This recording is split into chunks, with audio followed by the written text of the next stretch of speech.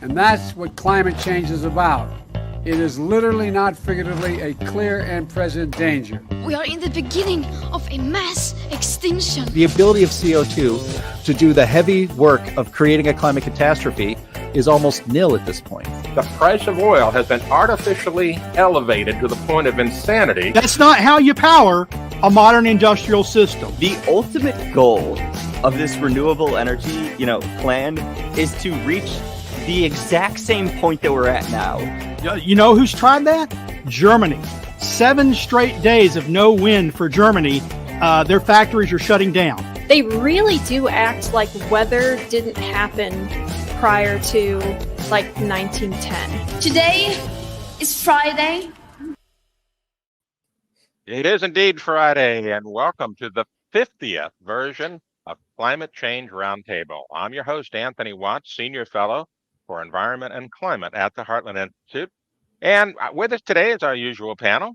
We have Linnea Lueken, who is one of our most fantastic writers and researchers, and Dr. Sterling Burnett, who is in charge of the Robinson Center for the Heartland Institute. Thank you both for joining us today.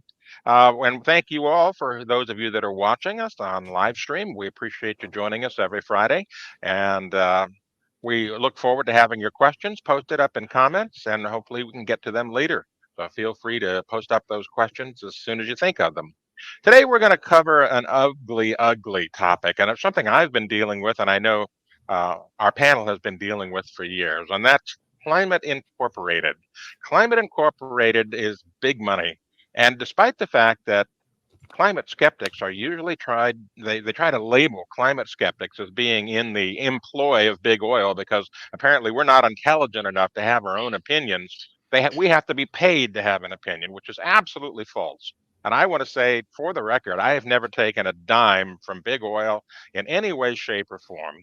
And it's just been ridiculous the way this stuff is shaped up and the way that climate skeptics are ostracized in the media and in social linkage and all that sort of stuff. It's just really sad.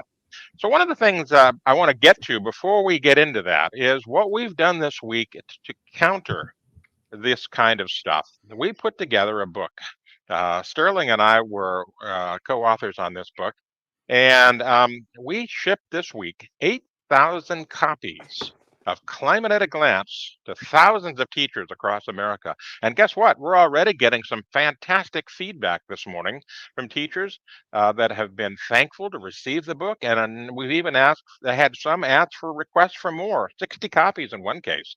So the word's getting out. And this is factually based information here in this release that we're sending out. This is all of the different topics that are the hot topics in climate, where we go through and factually refute what the belief system is around these and what the narrative is in the media. And they're concise bullet points, and they're all factually referenced to government science agencies such as NASA and NOAA, as well as peer-reviewed literature. These are factual things. And for a lot of people that have been believing things like all the polar bears are dying and the Antarctica is melting and all this other stuff, when you read this and see that it's factually referenced, you're going to be surprised. So look for this, if you're a teacher, to show up in your mailbox. And if you don't see one, feel free to go to climateataglance.com, and you can download a free copy as a PDF and use it in your curriculum. We also have a slideshow that you can download from there. So feel free to just browse that and use any of the graphics or any of the content that you wish in your presentations. We make this available for teaching for you. So let's talk about the ugly side of this again.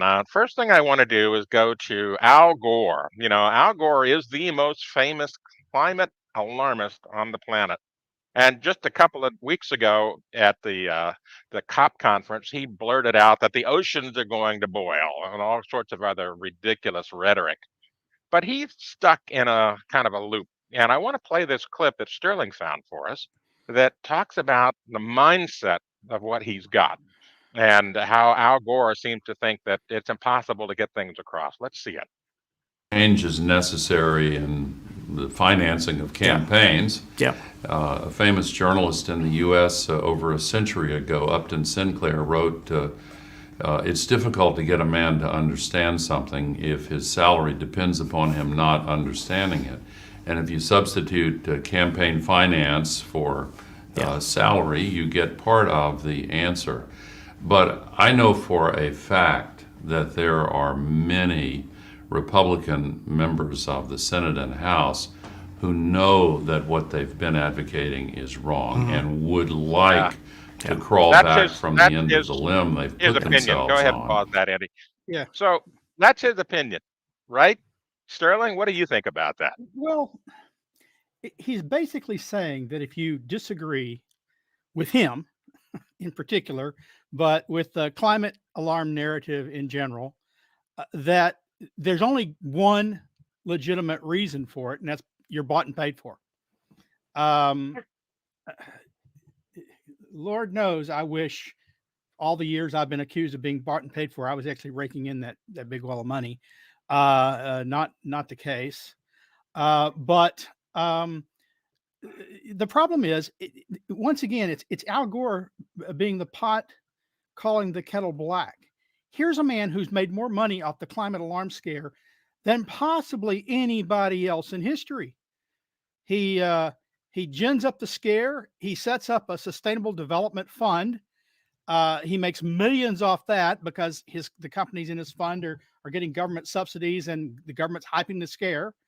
He starts a television company and then he sells it once again for hundreds of millions to a company to the UAE, Al Jazeera, which is funded by oil.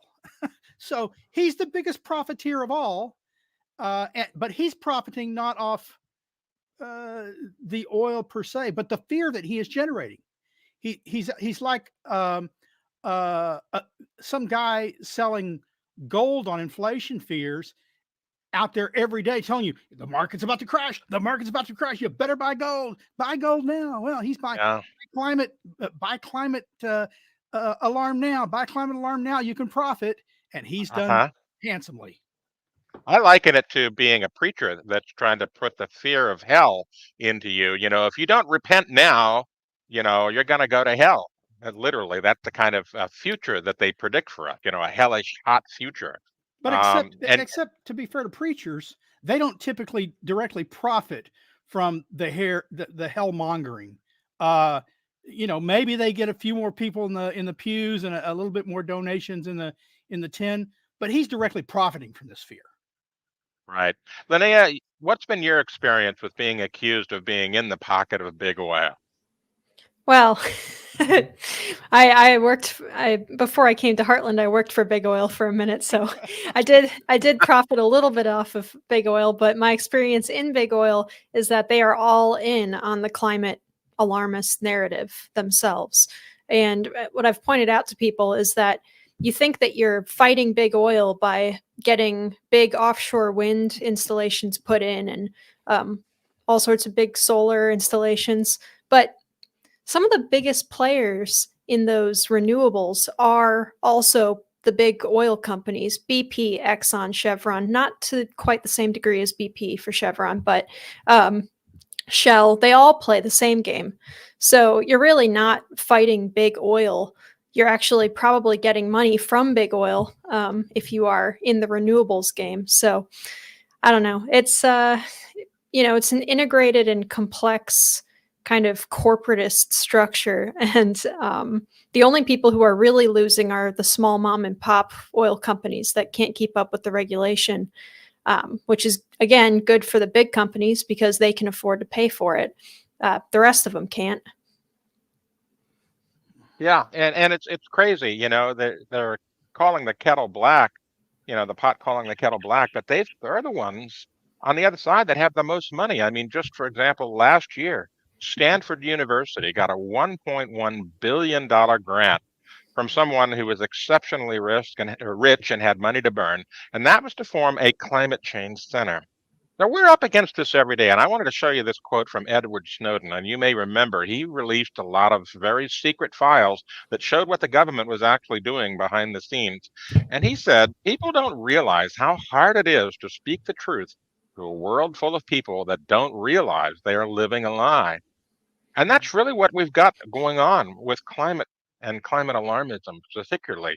People like Al Gore who say that the oceans are going to boil, they are living a lie.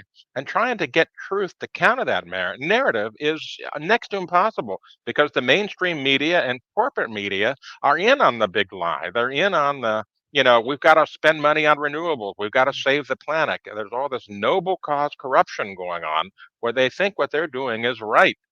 And as a result, we end up looking like, we get squished. We get under the thumb of people when this kind of stuff happens. And that makes it really difficult to get the truth out there. Gore and the people at Davos and DiCaprio and people like that, they have bullhorns and we can't even afford a soapbox, Yeah. They've got the auditorium loudspeaker and we actually have muffles over our mouths. So it's not. They seem to think it's David versus Goliath with them being David, but just the opposite is the case. I mean, they portray it that way, right? Oh, well, if it wasn't for all these corporations, big oil, and funding climate alarm, we get our message. Come on. Last year, the Associated Press touted, actually put out a press release saying, oh, we're getting millions of dollars from 4 climate alarm foundations to cover more climate alarm. They put out a press release announcing they were getting this money to hire reporters specifically to cover climate alarm. And we at Heartland, and not just Heartland, but our colleagues, all told, get a fraction of that, not just in any one year to talk about climate change, but cumulatively throughout our existence to talk about climate change. And we're the ones that our opinions are up for sale. I mean, just look at this broadcast, for example. Compare that to what Al Gore does, when he does his broadcast. He's got a set, he's got production, he's got fantastic lighting, all this stuff. He's got, makeup artists. We've got Sterling in his basement, Linnea in his library, and I'm in a hotel. I resent that. I'm in a obviously, loft. We're in the employ of big oil, right? We've got that big oil money producing this. Yeah. It's just ridiculous. So this week, an article showed up that is one of the most disgusting, nefarious, ugly articles I've seen in a long time. And it's by this guy, Roland Lloyd Parry, who I've never heard of. And basically, he's saying politics, cash, and fame are what motivate climate change deniers. Well, I want to tell you guys in no uncertain terms, it's never been about cash. It's never been about fame. I was a television meteorologist for years. If I wanted fame, I could have stayed in that business and moved up the ladder. What motivates me is truth. And there is a lot of lies going on the climate change agenda, a lot of falsehoods, a lot of bad science. And this bothered me. It bothered me to the point of I wanted to get involved and start telling the truth. And I've done that through my surface station project, my publications through Heartland and so forth. Linnea and Sterling have done exactly the same thing. But it's incredible to me that this projection has to go on from these folks to justify their own actions. It's just amazing. Well, Linnea or Sterling, what do you think? No, go ahead. Go to Linnea. Sure. Well, I mean, when I saw this article, you're not surprised seeing something like this. But it's such a hack job. And I think that you have some good points to bring up in terms of the ethics of writing something like this, because they interviewed some, I guess, psychologists for it to try to diagnose specifically Anthony and generally people in the, I guess, denier camp as malignant narcissists, I think is the word they used. Which is really interesting. It's almost flattering, though, that they kind of build us up to a huge boogeyman when there's a quarter, maybe a tenth as many of us as there are of those people, maybe even not even that, maybe 1%, 2% of the people having this conversation in a serious science-driven way are skeptics of the alarmist narrative anyway, and even that is just to degrees, right? Because we have our lukewarmers and everything in between. It's so the way the level of buildup that they give to us really makes me think that there really is something to the position that we hold. Sure. Because they would not, if we were just kooks, they wouldn't have to write like detailed articles talking about how we're like a threat. So they really, we keep them on their toes, and that's a good thing. Linnea just made a great point. If we weren't having an impact, an outsized impact, I suspect, they wouldn't bother with us. If you don't hear them debating people about the flat Earth, or whether the Earth or the sun, which one's the center of the universe. You don't see those debates. You don't see them squashing people who would believe opposite what the truth is. So I think we are having an impact. But what bothered me about the article, I'm interviewed a lot on radio, less so on television, but sometimes on television, print. And sometimes I'm asked about things that are outside of my field. I don't know. I'm not an expert on immigration policy, and I'm not an expert on healthcare policy. So when they ask me to comment on things like that, I say, you know what? I'm not qualified to speak to that. And so maybe you should ask somebody else. And yet, psychologists who have never interviewed any of us, as far as I know, feel qualified to talk about our states of mind. Now, they don't get to do that in court. If a person's on trial for their for some crime and the mental state is at risk, you can't have a psychologist testify that's never spoken to the person to his mental state or her mental state, that's never spoken to the person on trial. They have to actually have some interaction before they can form an opinion. These guys have determined that we are one of 5 categories without ever having spoken to us. That's not just popsicology. That's malpractice. That's malpractice. That's worse than if I called up a teledoc for a diagnosis. Sure, they don't get to see me, but at least I've spoken to them and described my symptoms. They see what we've written, completely science-based. It just happens to be against a narrative that they're told, because they're not qualified to discuss it either. They're not climate scientists, that they're told is out of the mainstream, that they're told we're fringe.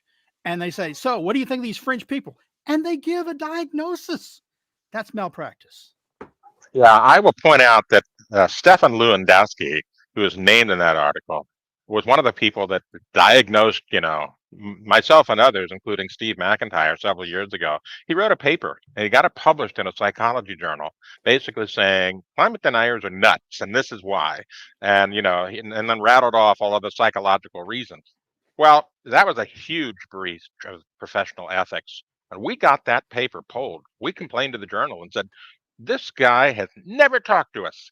Not once. How can he remote diagnosis? It is a complete breach of ethics, not only in the profession of psychology, but in the journal itself. And finally, after a lot of work and effort, we got the journal to pull that article. And yet he's still at it, Lewandowski is. They named me in this article, saying some prolific contrarians and former weather forecasters, such as Anthony Watts, founder of the Skeptic blog, What's Up With That, or scientists themselves, are the real problem here. Well, like I said earlier, it's about truth. I mean, you have to be brave and stand up and speak truth when these kinds of things are being thrown at you, because otherwise you will just get steamrolled. And that's what I've been doing, what the Heartland Institute's been doing, and what our panel's been doing for years.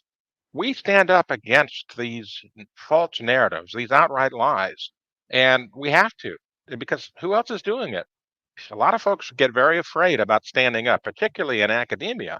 We've heard backstories about in academia how, there's a lot of people that agree with us, but they're afraid to stand up for fear that they're going to get hauled before some kind of a tribunal, like the Spanish Inquisition or something like that, and said, are you actually talking about climate not being a crisis? How dare you? It's the whole Greta mentality that goes on in science, and it's tragic that science and politics is being so corrupted to do this. Another fellow who's involved with this article is a fellow by the name of John Cook. He's from Australia. He used to be a cartoonist. That was his whole qualification, but he got starting up this blog called Skeptical Science. And it got a lot of notice in the alarmist community. And so they said, hey, why don't you come to this university and we'll write you up a study program and you can become a professor of climate communications. Wow. Okay. So now he's a professor of climate communications, and he gets quoted in articles like this, basically saying climate skeptics are bad, climate skeptics are wrong, and climate skeptics need to be suppressed. And that's what happens. They get a position of academia in academia, and academia gets this label of being, correct, and we get squished. It's just terrible. I don't remember the full story, but I think he tried to sneak in as a journalist to one of our climate conferences a few years ago, and he portrayed himself. Right. He portrayed himself as if he were representing a legitimate. He was trying to represent the Weather Channel. Weather, yeah. Oh, right. I'm a guy for the Weather Channel. I'm here. You should give me a call. Right. But we found out no, you don't. First off, it was false representation. He didn't work for the Weather Channel. Right. And I actually spotted him and turned him in. Yeah. No, these guys, they have no qualifications to speak about climate. They certainly have no justification. Cook doesn't have qualifications to speak about psychology of people. And the psychologists don't have qualifications to speak about the psychology of people they've never met. I mean, it's not like, look, I'm not a hard person to find. NPR finds me when they want to. They interview me at length. If a psychologist wants to get into my mind and find out why I believe what I believe, besides what I clearly write about, data, facts, evidence, pointing to peer-reviewed literature, they're welcome to call. And I'll talk to them, and then they can form an opinion. Until then, they should shut up. Wittgenstein said about those things of which we cannot speak, we should remain silent. They should remain silent until they've actually done some work. Yep, that's true.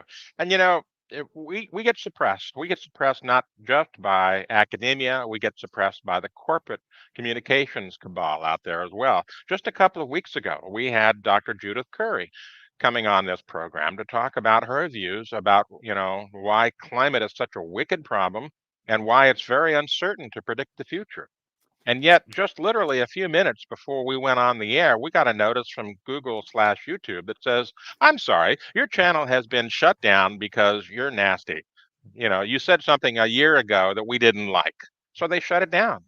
Well, the Streisand effect, if you've heard of this, it's from years ago. Barbara Streisand had a big house along the California coast, and some guy was flying around in a helicopter or an airplane, taking pictures of it and posting it on the internet. This was Barbara Streisand's mansion.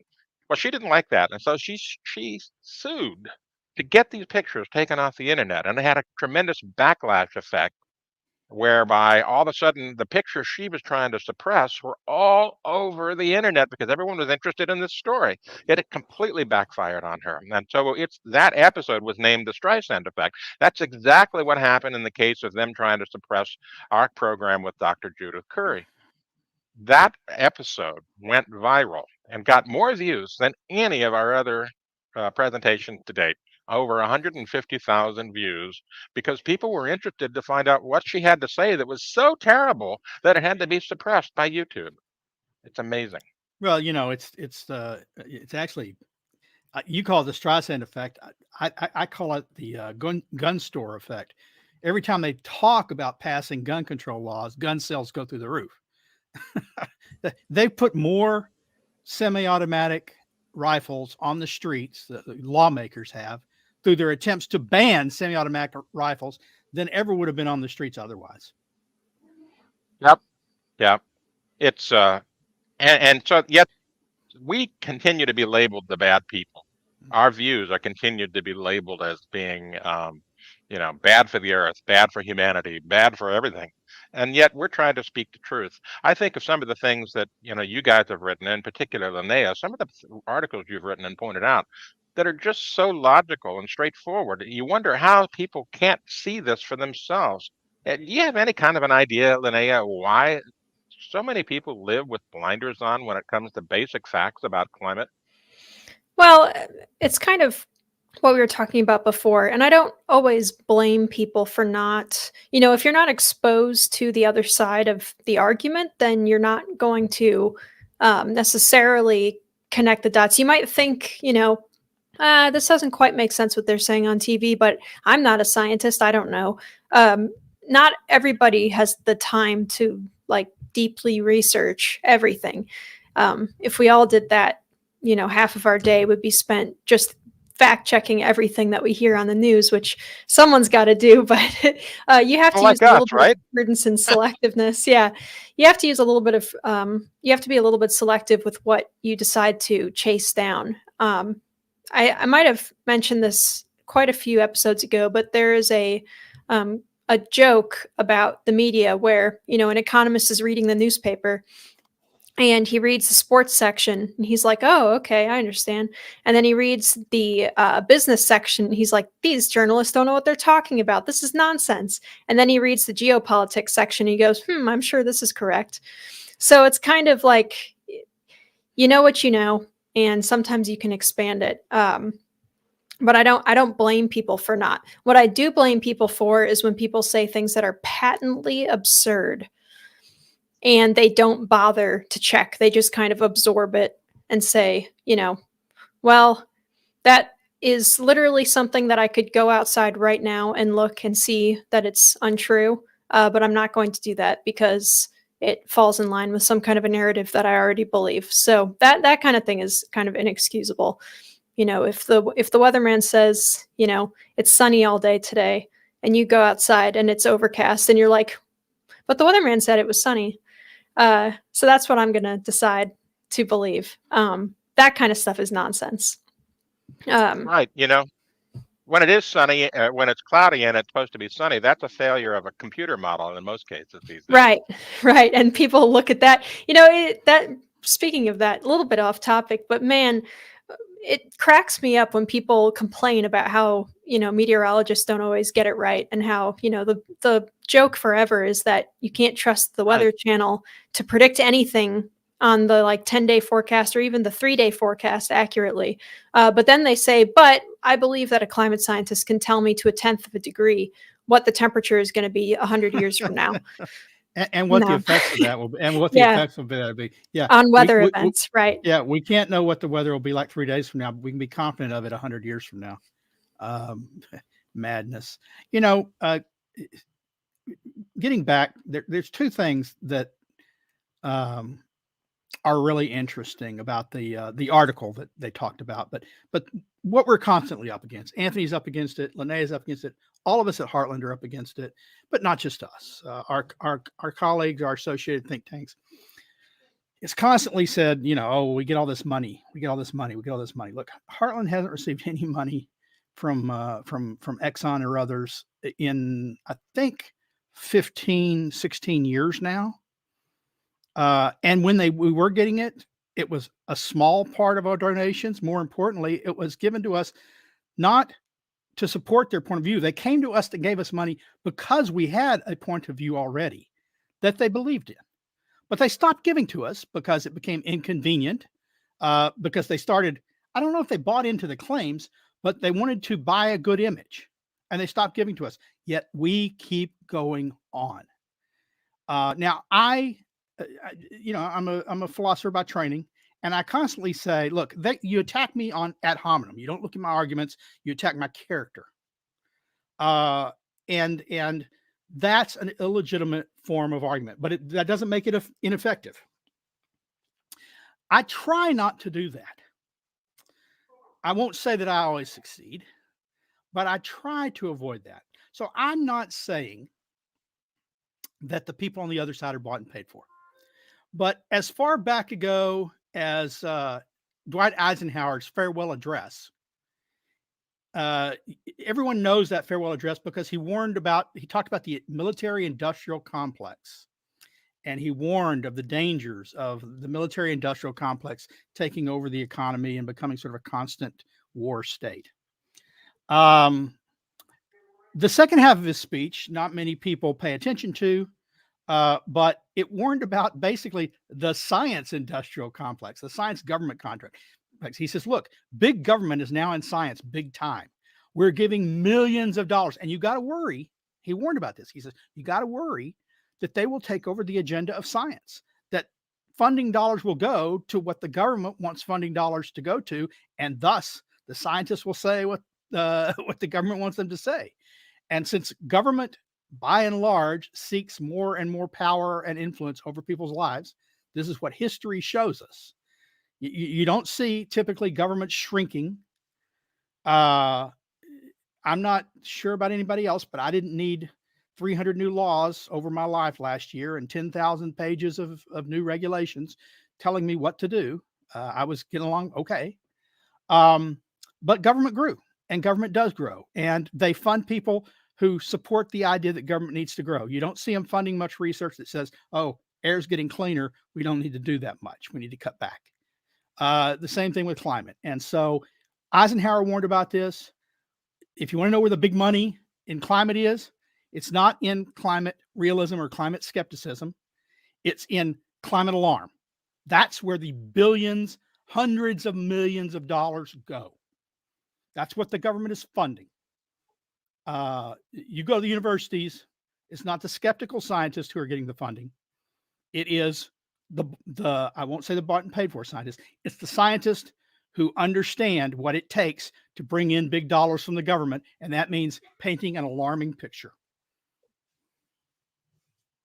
Yeah, and Deep Throat back in the Watergate era, who said follow the money, he was very prescient. He was way ahead of his time. I mean, literally, that's what this is all about. Just look at the billions and billions of dollars that are going into climate research and political climate agendas and NGOs that are funded entirely to, save the planet and all this other rubbish, and compare that to the pittance that we get. I mean, you can go on our website at heartland.org and look at how much we have in our budget.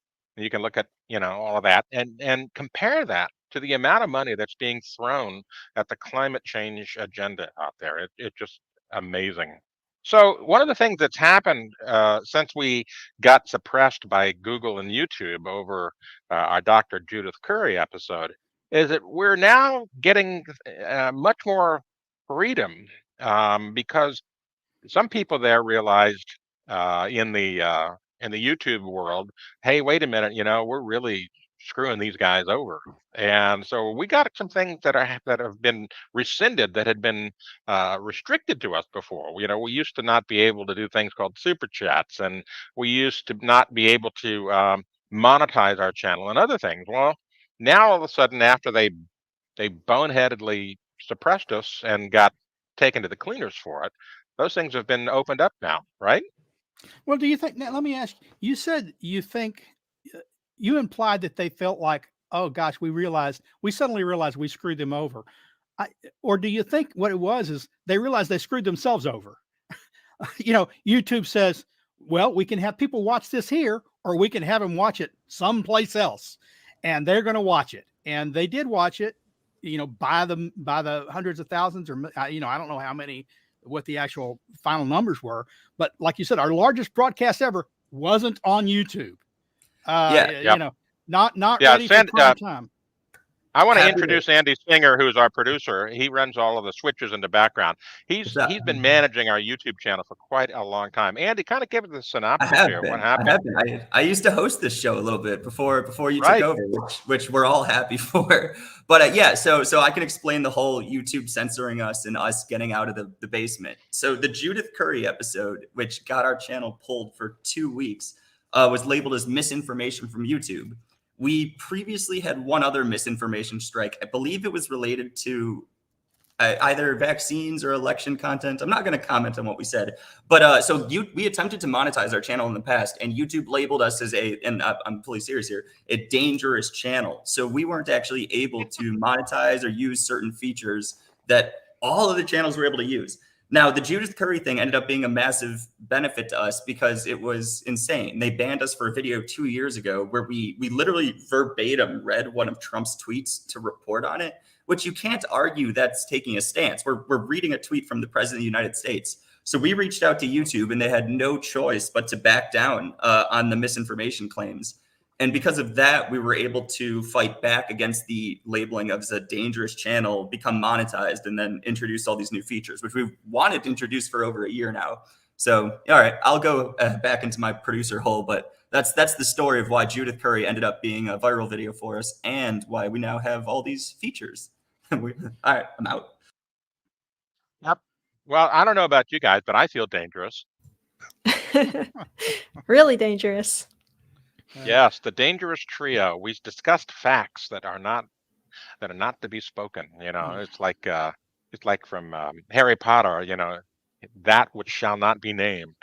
Right. Anyway, that's what we do here. We talk facts that the mainstream media doesn't want to talk about, that Al Gore doesn't want to talk about, that climate alarmists don't want to talk about.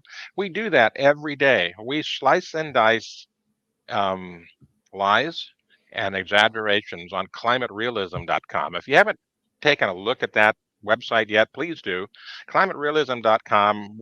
We eviscerate, you know, the Washington Post, the New York Times, the Los Angeles Times, and various other newspapers and publication outlets around the world on a regular basis by simply pointing out, hey, you didn't talk about this fact, and the fact that you didn't talk about this fact completely negates your entire article.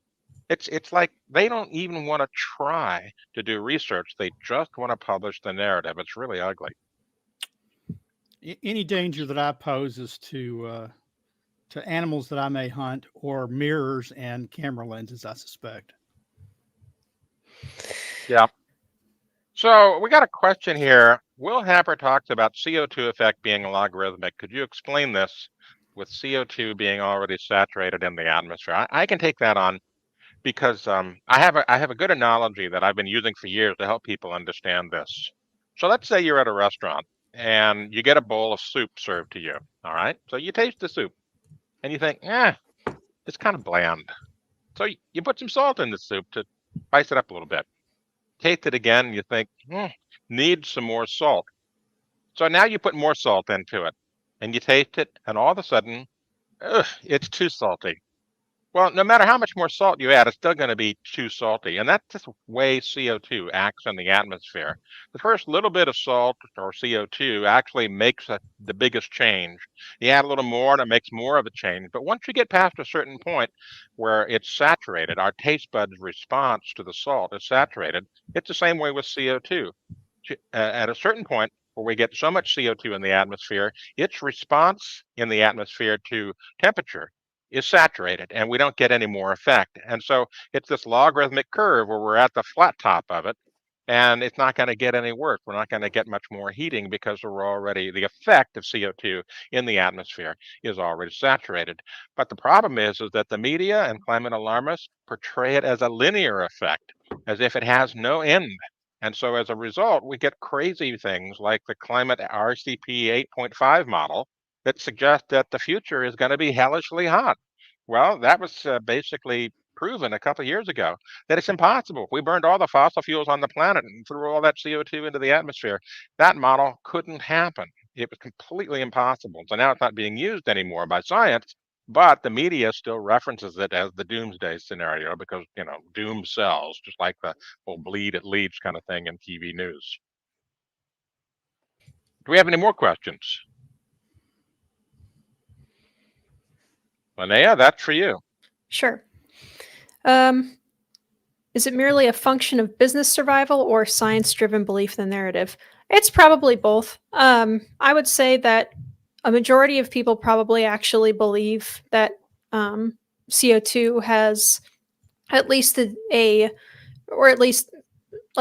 let me correct that human additions of CO2 to the atmosphere causes some kind of degree of warming. I think that most people probably really do think that that's the case. And to different degrees, I mean, I don't see that theory as totally unacceptable, but it's obviously not the control knob. The function of business survival element is a huge part of it, though, because there are very, very, very good incentives for investing in green energy and also for kind of for the bigger companies, there's a pretty good financial incentive to encourage the creation of new regulations on like pipeline infrastructure emissions and emissions from producing and drilling for oil. Because as you drill, if you're not drilling in a closed system, you are going to get some deep earth carbon dioxide, methane, H2S, all sorts of stuff coming up. And it's easier for a really big company like BP or Exxon to pay for the technology that it takes to mitigate those kinds of emissions. It's not so easy for the, dozens of mom and pop oil companies that are out in like Odessa and other major oil producing regions.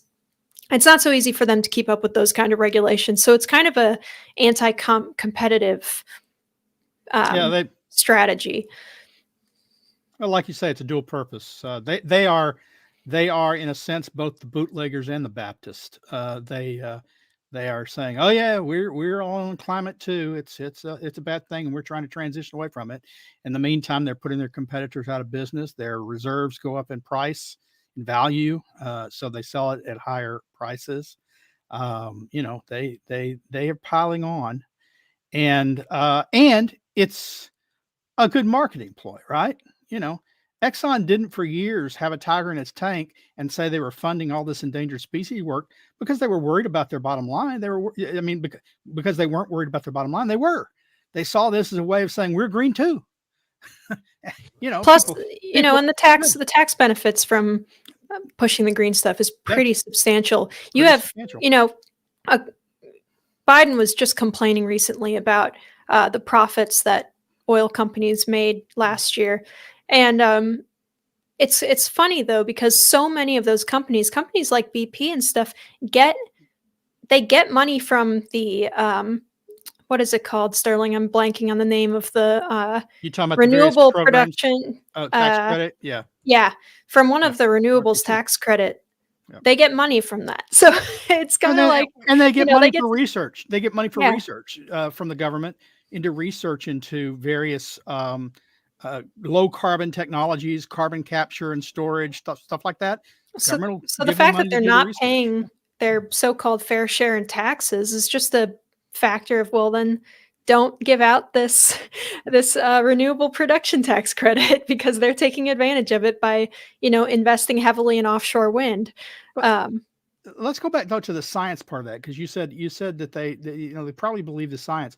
We can all believe that additional CO2 until the full saturation has some impact on temperatures, but there is no evidence whatsoever that there's some magic tipping point.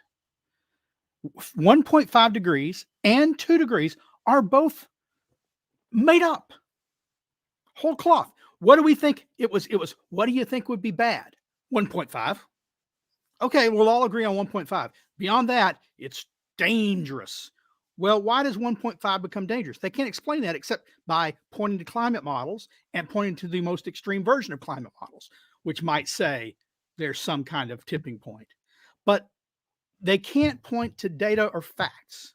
And even the climate models, if you throw out the extreme, like I said, there's no magic. There's no reason that 1.5 was settled on magically, or 2. It was magical. It was let's throw something out. 1.5 sounds like pretty good to me, because that means we've really got to get hard and forcing them to restrain emissions because we're going to reach 1.5, or 0.2 or 2 because we're going to reach 2. So let's stop them from reaching 2. Let's really put the screws to them, make people live more simply, make them live, go back to the Pleistocene, go back to the 1820s levels of emissions. Let's get governments on board to do that. And, it's not going to, the truth is there's no tipping point. 1.5 is not some kind of data-driven, evidence-driven number. Neither is 2, because there's no evidence that there's a tipping point beyond which humans can't, and the environment can't not just survive, but thrive. We have shown ourselves very, very adaptable. People historically, generally, don't retire to Fargo, North Dakota, or Minnesota. They move south where it's much hotter. And I'm not talking 2 Thank degrees you. hotter. And I want to point out, Sterling, that we've already hit the 1.5 degree C limit. If you go and look at data from the Berkeley Earth Surface Temperature data set called BEST, and you look at the data that they have back in 1850, you'll see that we've already seen 1.5 C of warming between then and now. And where's the catastrophe? Well, it isn't there. And as we regularly point out at climateataglance.com, you'll find that the hurricanes are not getting worse, tornadoes are not getting worse, thunderstorms are not getting worse, flooding's not getting worse. None of these things that they had predicted as catastrophes due to, this increased temperature have happened. They're just not happening. But they still tell you in the media on a daily basis, if we don't do something, the world is going to go to hell in a handbasket. Doom is on the horizon. And it never happens. The doom never happens when it comes to climate. And virtually every prediction related to ecology or climate done over the last 50 years has not come true, particularly some of the predictions about population. Paul Ehrlich and his population bomb, that was one of the biggest, most ridiculous presentations of a forecast that fell flat on its face. And yet that guy is still on national television. He was on 60 Minutes a couple of weeks ago saying, doom, it's going to happen. Well, pardon me, but he's full of crap. A man who's made hundreds of predictions over the years in very public forums and has never, as far as I can determine, been right once. But he's still invited to speak. That question that was just up about optimum Earth temperature is interesting, though, because and maybe this is just because, I'm not a meteorologist. I'm not a planetary Earth scientist, anything like that. I think personally that the idea of an optimum average Earth temperature for the entire planet, just from an engineer's perspective, seems kind of silly because, you can achieve the same average with very different temperature variables. Like you could have some pretty extreme temperatures to the hot side and to the cold side that come to the same average as a relatively moderate temperature range. I think that it's not so much that there's an optimum Earth temperature. There might be optimum ranges for particular biomes, but I wouldn't say that there's an optimum Earth temperature in general. I think and that's assuming that nothing changes, right? Like if we want the Earth to be static and we don't want any biomes to change ever again, like the Western plains cannot become a inside of the continent C again. None of that can happen. Then maybe, you aggressively try to manage a certain temperature somehow. I don't know how you would do that, but I don't think that there's such thing as an optimum Earth temperature. There might be a range depending on where you are, but there's no single number. Yeah, I mean, look, you'd have to have a God's eye point of view to know what the optimum was, and even then, it would be the optimum in relation to what. Today's temperature is not probably optimum for dinosaurs. Would they survive today if they hadn't gone extinct due to an asteroid strike? Probably they wouldn't do that well, contrary to the movie's portrayals. They'd have plenty to eat, but I'm not sure the temperatures would be that good for them. Like you said, the optimum is in relation to what, and it won't be a specific number.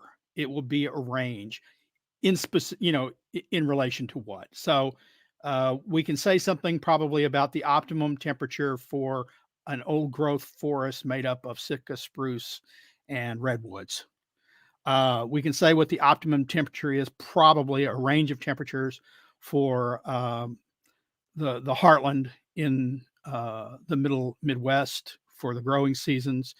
It would probably be the same optimum temperature in Siberia, which they don't have yet, and which they'd like to have more optimum warming. Temperature in Siberia is above freezing. Yeah, so there is no single temperature, and even if there were a temperature, it would be a range and in relation to other factors, desired end states. Let's move on to the next question. Ray W. asks, what are your thoughts on the next glaciation? There are so many different cycles. Well, there's the Milankovitch cycle, there's the Gleisberg cycle, there's all kinds of different cycles, sun cycles, solar cycles, wobble cycles, the Earth's, all of these factor. And and this is an interesting point. There's so many different cycles out there. It speaks to the complexity of climate. And this is what Dr. Judith Curry has been saying for years. Climate is so complex that it's extremely hard to predict with any accuracy into the future because there's all these different factors. Carbon dioxide is not the universal control knob for climate of the planet. Yes, it has a role, but so does sunlight, the wobble of the Earth, plankton in the ocean, changing the albedo, all kinds of different things.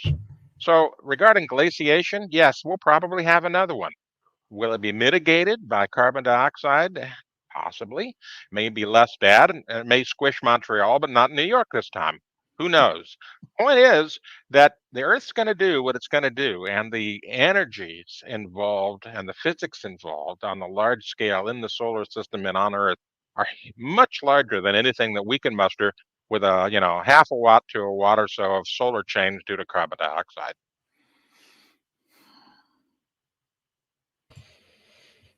Yeah. And we've reached one of those those moments. Yeah. Oh yeah, no. Well, what I was going to say was, if you look at what we currently believe and what we currently have based on proxy data and geologic history data, that it seems like the overall trend of Earth glaciation cycles is that they are becoming more frequent with less of a break in between. But again, this is based on data that we don't have very great resolution for. This is on the scale of, tens of thousands, if not hundreds of thousands, up to millions of years. So it's not like we can say, oh, well, I think, if you factor in all of these different cycles that, the Earth is going to be in a glacial period 20,000 years from now. Might be the case, might not be the case. I don't like trying to prognosticate because I've seen so many catastrophic failures in this industry on that, especially from the alarmist side, I would say. I hesitate to say anything like that because I just don't think that we have enough data to be sure. One of the questions that was up here just a moment ago was about tipping points.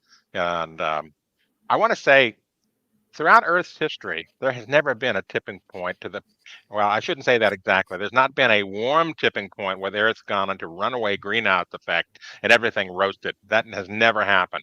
We have seen periods of the past, in the far past, where carbon dioxide has been greater than it is today by an order of magnitude or more. But the Earth didn't go into a runaway greenhouse effect like Venus.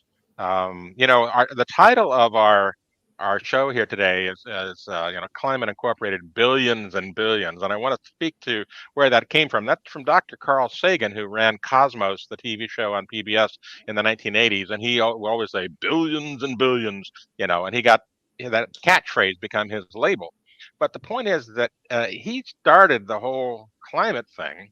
He started talking to Dr. James Hansen at NASA GISS back in the early 70s about Venus. They put out the Mariner probes to Venus to measure the atmospheric content, and they discovered, tremendous pressure, tremendous temperature, 600 degrees, on the surface of Venus. And they began to get worried that Earth could run into a runaway greenhouse effect like Venus has.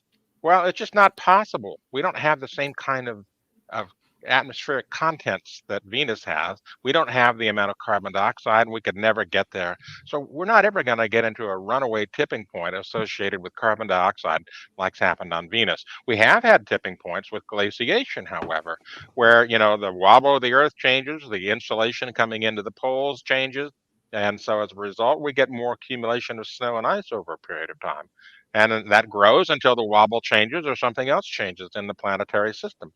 So yes, there are tipping points towards cold, but there have not been any tipping points towards runaway greenhouse effect. So Jim has a question. Yeah. And I'm not sure. CO2 has been much higher in the past. I'm not sure it's been much higher during past ice ages. You know, in geologic history, If not. in geologic history, glaciations even are relatively recent. For the first few billion years, I don't believe we had cycles of ice ages and things like that. When we had Pangea, the one supercontinent, and when the dinosaurs were around, certainly CO2 was much higher than today. Temperatures were much higher than today, but that was actually also before we had these periodic glaciation cycles. So I'm not sure. I haven't seen the data, but at least for the past few glaciation cycles, CO2 certainly hasn't exceeded what it is right now. Now, I don't know the answer to that question either exactly, but based on what I know about CO2 in the oceans absorb more CO2 when it's colder. The solubility of carbon dioxide in colder water is greater. This is why, if you open up a soda pop that's been in the fridge, it doesn't fizz much. But if you open up a soda pop that's been sitting out in the sun, that's because the CO2 is not soluble in the hot water or warm water, and it wants to come right out of it immediately. And that's one of the drivers that a lot of folks really don't know about. As the planet warms naturally, we are going to get more CO2 coming out of the oceans. It's not going to stay dissolved because warmer water can't hold as much CO2. So it's going to bubble up and out. And that's been happening. And it's one of the things that a lot of folks in the media and in science don't want to talk about. They don't want to talk about the natural drivers of CO2. And what we can say about history, based on the limited proxy data we have, and of course, Linnea pointed out quite rightly that the resolution of a lot of this proxy data is very limited. We have some evidence from a few locations around the globe, but it's still, it's not like we're there with cameras and thermometers measuring things. What we can say based on the proxy data we have is that there have been times in the past when CO2 levels have been much, much higher today, but the Earth has been cooler or about the same. And there have also been times when the CO2 levels have been lower than today, and the global average temperature, based on the proxy data, was warmer than it is at present. And we can say during the past few glaciation cycles, the evidence suggests that the warming preceded the rise in CO2 by hundreds to a couple of thousand years consistently during the glaciation. So, I think that's the most we can say. Yep. And I want to wrap up the show at this point. We've answered a lot of different questions. And, one of the things that's different about this show, at least on the background side, not on the front side that you see here, has been the fact that we've had the ability to do this super chat thing, thanks to the suppression that we got a couple of weeks ago where they lifted all these things. But now people can pay for us to answer questions. And we raised a huge amount of money. And for those of you that are tracking money to these climate deniers, get this, we earned $70 on this show. $70. Just think of the damage we could do with that. Bonuses for everyone.